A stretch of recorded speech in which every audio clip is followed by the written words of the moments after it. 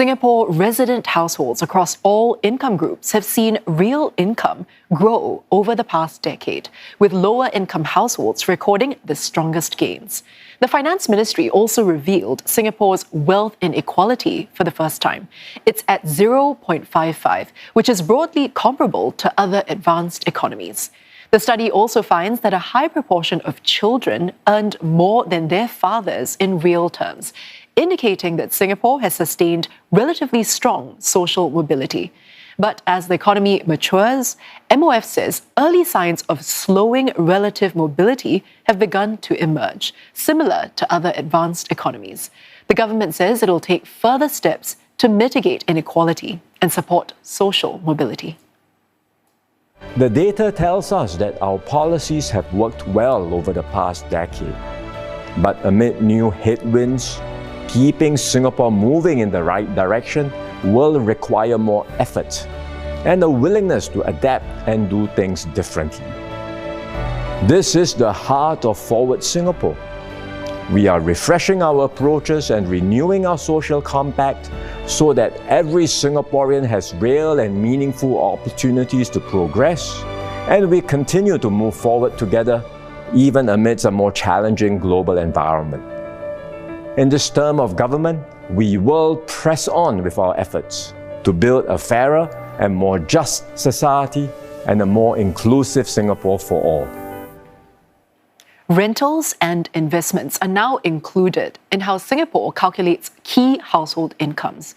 The latest report by the Statistics Department shows that last year's median monthly household market income went up by 6.8% to over $12,400 after adjusting for inflation. Income inequality also eased to its lowest level since 2015. Nadirah Zaidi with more. Two major changes to how household incomes are calculated. The first is including non-employment income like savings interest, investment dividends and CPF payouts. Second is to include resident households where no one is employed. The Statistics Department says the changes were done because of a growing number of households made up of non-working seniors above 65. For this group, many rely on income beyond wages, like allowance from children to parents. This updated measurement is expected to offer a more comprehensive picture of income sources. Taking into account government transfers and taxes, Singapore's Gini coefficient fell to 0.379, the lowest since records began in 2015. Without the broadened coverage, though, Gini coefficient would have been lower. Comparing market income inequality with employment income inequality, obviously market income inequality, Gini, will be higher for several reasons. One of it is it would include rental income or investment income. But we should look at not just a snapshot, but how about the trend?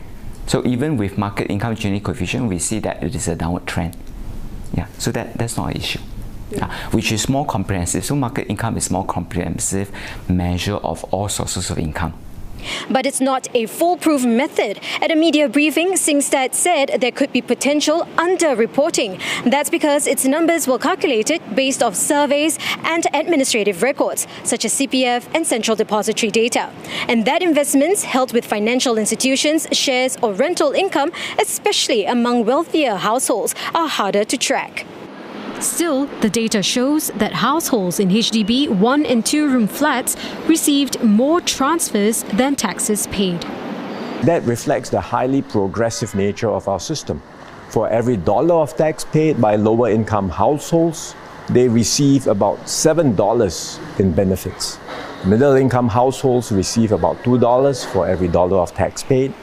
And for the top 20% of households, every dollar of tax paid returns about 20 cents. So everyone contributes, but those who are able contributes more.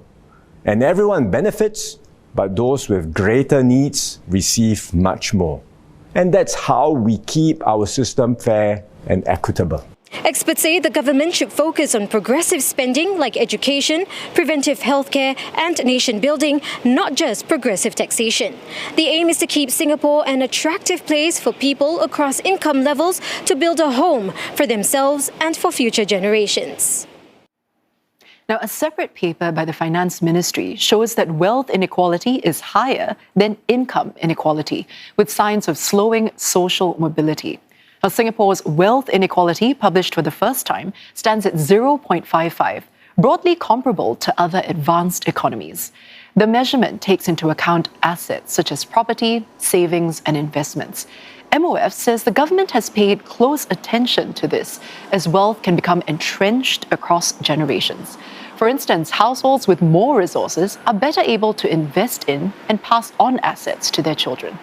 The report notes that HDB and CPF policies have helped to moderate Singapore's level of wealth inequality by supporting households in attaining home ownership and accumulating retirement savings. Importantly is to look at growth. The household income for different quintile, are they also growing and so on? So if there is inclusive growth instead of uneven growth, that is good for the society. Not just that, we want to check whether social mobility, that means comparing with our own parents, are we doing better? So that is also relative mobility and upward mobility. If we are doing well in this aspect, then we are okay. An analysis of children born between 1978 and 1989 also found that a high proportion of those from lower to middle income families earned more than their fathers. But there are early signs of slowing relative mobility as the economy matures. To that end, the government says it will continue to invest heavily in education, which remains a key driver of social mobility, along with broad-based support to ensure that essential needs remain accessible and affordable. One analyst says the findings from these reports may allow support measures to be more targeted in the upcoming budget.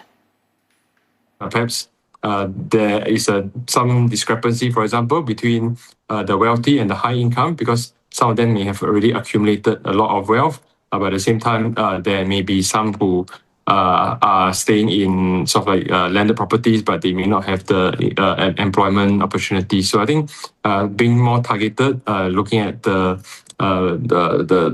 sort of opportunities and the kind of support that each household need with more specific requirements.